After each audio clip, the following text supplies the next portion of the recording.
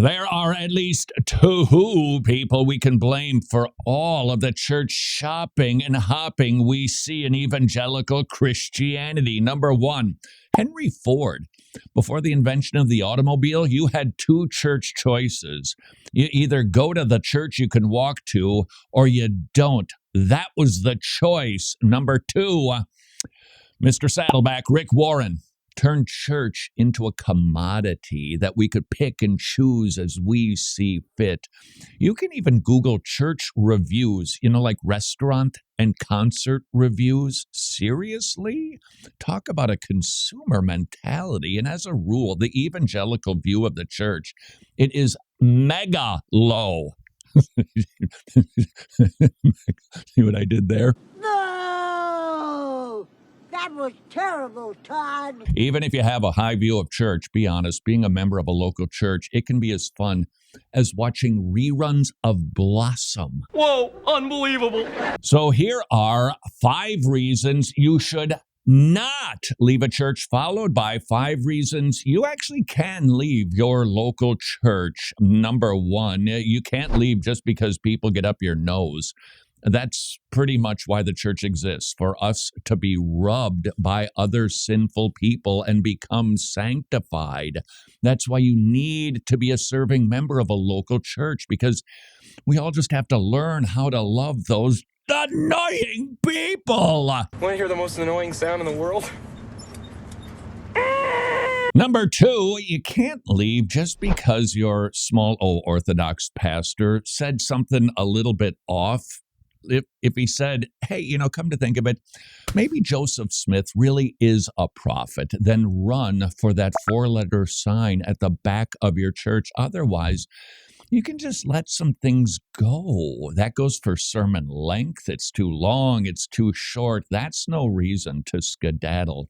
Number 3, you can't just leave because you despise the worship.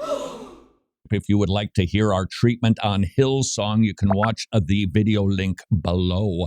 Number 4, you can't leave just because the elders don't make the exact same decisions that you would make. God has them there to make those decisions, and He has us here to submit. Number 5, you can't leave just because they have no youth programs. Now, that might be a reason, discussing that later, but not just because of that. And now, here are 5 legitimate reasons you actually can leave your church. Numero uno, theology issues, specifically orthodoxy issues. Suddenly the pastor, the church, they deny the deity of Christ. What should you do? Run, Forrest, run! They start denying the triune nature of God, substitutionary atonement of Christ. If obvious heresy is being taught, then follow the words of the Apostle Paul in Galatians 1. Let them be anathema and skedaddle. Number 2, sin issues. If sin is permitted, even encouraged, yikes, in the church body, then you can go, and it can range from anything like not discipling or rebuking men and women who live together before marriage to encouraging sinful sexual practices. If the church doesn't deal with overt sin, it's not really a church. Third, ongoing theological sins. You can stay at a sound church with some secondary agreements, but if a church is living in a lifestyle of unrepentant sin, you gots to go. And I'm not thinking of any church in particular here.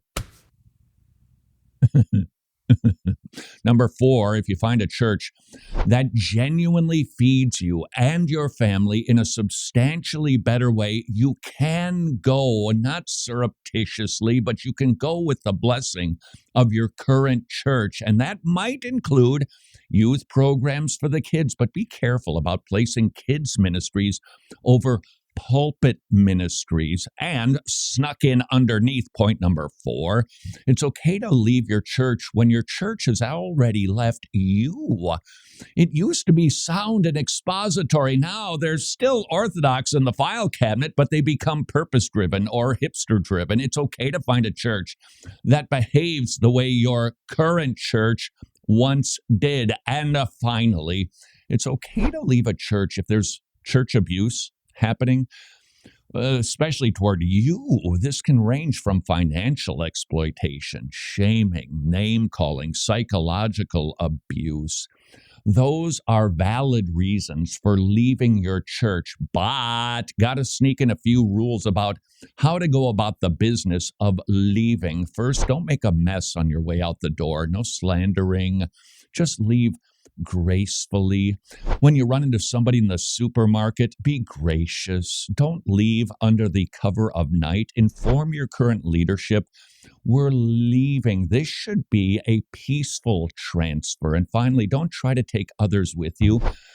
Let them figure it out. Or if they call you after the fact, you can explain to them, but don't be a sheep stealer. To that end, you can view our video here, point over left shoulder, on questions to ask when church shopping.